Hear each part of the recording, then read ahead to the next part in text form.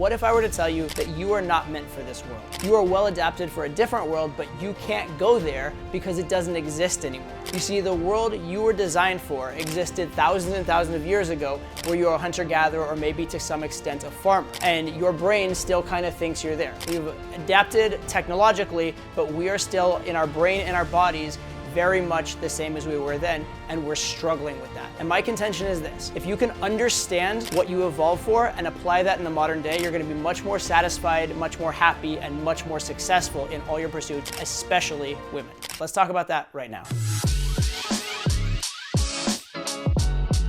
Men today are struggling. Depression, suicide, and general life dissatisfaction are absolutely rampant. And the fact of the matter is, we are more comfortable in the 21st century, and we do live a lot longer than we did in our evolutionary environment, but at the sacrifice of activity and, more to the point, purpose. It used to be that every single day was a struggle to survive. Getting a meal was a victory. Now things are much easier for us, but we're much more detached. We have to create our own challenges and find our own sources of victory. And this can be a number of things. Competitive sports are great, a competitive job, something to strive for and goals, or yes, actually game and meeting high quality women and developing relationships. All of these can be things that we can struggle for and that can provide purpose to our lives today. Now, I'm not gonna say our lives were overall better in the days of the caveman, because they actually weren't. I mean, we had to struggle to survive. A tiny infection or a small injury could end your life. I mean, it was an awful, brutal time. However, if you understand your psychology and how it evolved, you understand your physiology and where it came from, that will help you to be happier, more productive, and live your best life even today. So that's what we're gonna talk about from here. So let's talk about working out. I'm gonna imagine that your typical caveman didn't do a lot of working out. Now, why? Because every calorie he had, he wanted to keep. Burning calories unnecessarily when you don't know where your next meal is coming from is not exactly a smart practice. Also, he was getting plenty of exercise in his day-to-day life. He was hunting, he was possibly farming, he was possibly fighting. He was burning a lot of calories, he was using his body, he was keeping it fluid and limber. He also wasn't sitting around in chairs hunched over a computer all day. So he didn't need to go exercise, he didn't need to go get his cardio in. But we in the modern day have gotten very far away from that in terms of lifestyle. Many of us do make our livings sitting at a computer, and we do sit in chairs for the majority of our life, and we are hunched over a computer, and we are sedentary as hell. So first, our bodies need to move. They were designed to move, and they're designed to work well when they are in motion and when you keep them used to move. However, even beyond that, the caveman had exercise and movement that was for a purpose. He was mentally engaged. He was seeking a goal. There was some meaning to his movement. He was trying to run away for his life. He was trying to hunt something. He was trying to fight a war to keep his women and children safe. So I would suggest not only is it absolutely critical that you exercise and keep your body healthy in the way that it would have been back then, but also that you find purpose if possible in your working out. If you can play a sport, awesome. But even just tracking your weights in the gym and trying to hit a PR, working towards something, having a purpose when you work out will make it much better for you mentally and will leave you much more satisfied. If you see your weights going up in the gym, that is a huge source of personal satisfaction. It's a huge source of pride, huge source of self-esteem, and it's not that hard to do. Next, let's talk about the internet, one of the most engaging and arguably addictive things ever invented. The internet is capable of giving you massive hits of brain chemicals, massive rewards, massive dopamine rushes for doing essentially nothing of value, for doing nothing productive, for doing nothing that accomplishes anything. It used to be that to get that kind of a hit of dopamine, you'd have to like win a battle or kill a huge animal or sleep with a new woman and, start forming a relationship and maybe have offspring. Now, all you have to do is click, click, click, sex this, porn that, whatever, and bingo.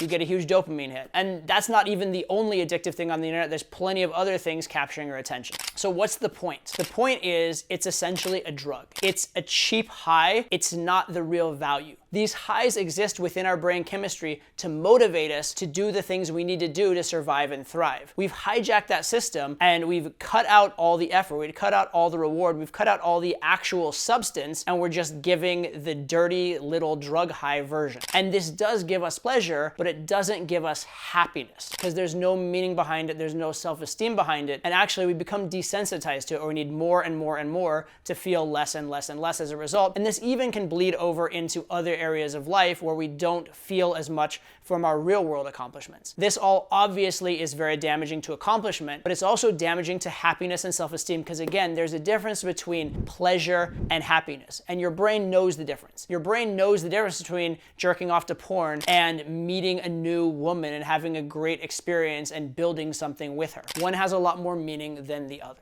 Next, let's talk about relationships. In the evolutionary environment, relationships, your social group was literally life and death. If you were cast out, if you were in the wilderness alone, you would die. Beyond which, if you weren't with a group, your odds of passing your genes along are basically zero. And so you relied on your people for everything, they relied on you for everything, and that created deep, lifelong bonds, probably deeper than anything you've experienced other than with your absolutely closest family. You had a lot of meaningful human connection in that environment. Nowadays, it's very possible to live your life, eat, have a roof over your head, even have a decent bank account without actually interacting face-to-face with any human being ever if you didn't want to. There's a lot more social detachment, there's a lot less social meaning, and even the social bonds we do have will probably never be as deep as those life and death bonds that our great ancestors would have had. And this lack of meaningful social interaction, this lack of social connection is probably the single biggest cause for the malaise of men today. So what's the solution? Well, just in laying out the problem, you may have already guessed a lot of the solutions, but let's get more specific. Number one, take care of your body. You no longer need your body to survive in the same way a Neanderthal hunter would have, right? It's no longer life and death that you be in good shape. However, if you're not in good shape, you won't live as long. And also, if you're not in good shape, your body is giving you negative feedback. Your body is not your friend in the same way it would be. You're not going to be as happy. You're not going to feel as good. You're not going to have as much energy as if you took care of your body. So even today, if you take care of your body will take care of you. Secondly, just get rid of addictive things in your life. That can be drugs and alcohol. Get rid of those. At least don't abuse them. But also get rid of, to the extent you can, internet addictions and things that are giving you meaningless dopamine spikes that don't lead you to the types of things you actually want in your life. Your brain chemistry evolved to motivate you to do the things that would make you survive and thrive. If you hijack that system, if you cheat that mechanism, you are, first of all, not going to feel as good because you fundamentally know the difference, but you're also taking away the motivating aspects of the other good things in your life. Put it this way, if you're getting the highs from internet porn, that demotivates you and makes less effective the mechanism that was honed over thousands and thousands, if not millions of years, to get you to go out and meet a good woman or to get you to go out and succeed at life, all right? Don't take the cheap, quick high. Take the slower one that you've earned. Select happiness over temporary pleasure. Now, I understand in the modern day, you probably can't cut the internet out of your life totally, but you can know which sites are the worst for you and stay off of them, right? For example, I don't personally use Instagram or Snapchat or those sites, even though they might to some extent be useful in dating. I just have decided lifestyle-wise, I have a cleaner head and a happier life without them. And you can make similar decisions in different areas, but you can clean up your internet use even if you can't eliminate it entirely.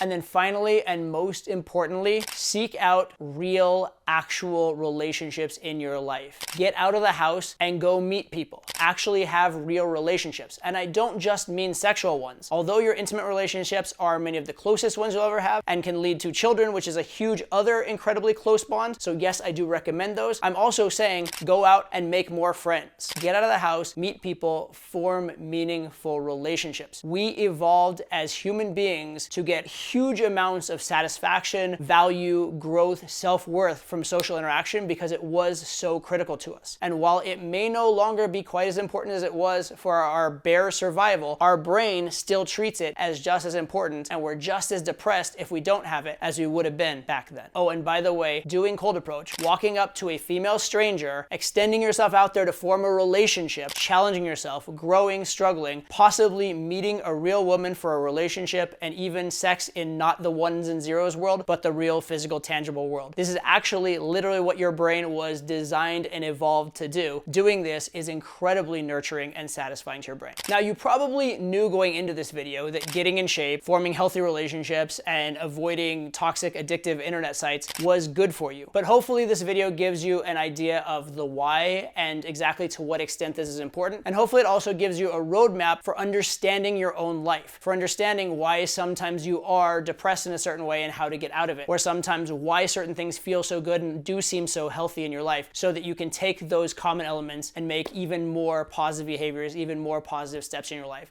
so that you can actually get away from the 21st century malaise, be more successful in the real world, both as a modern man and as a caveman. Hopefully this helps you. Take care. See you in the next video.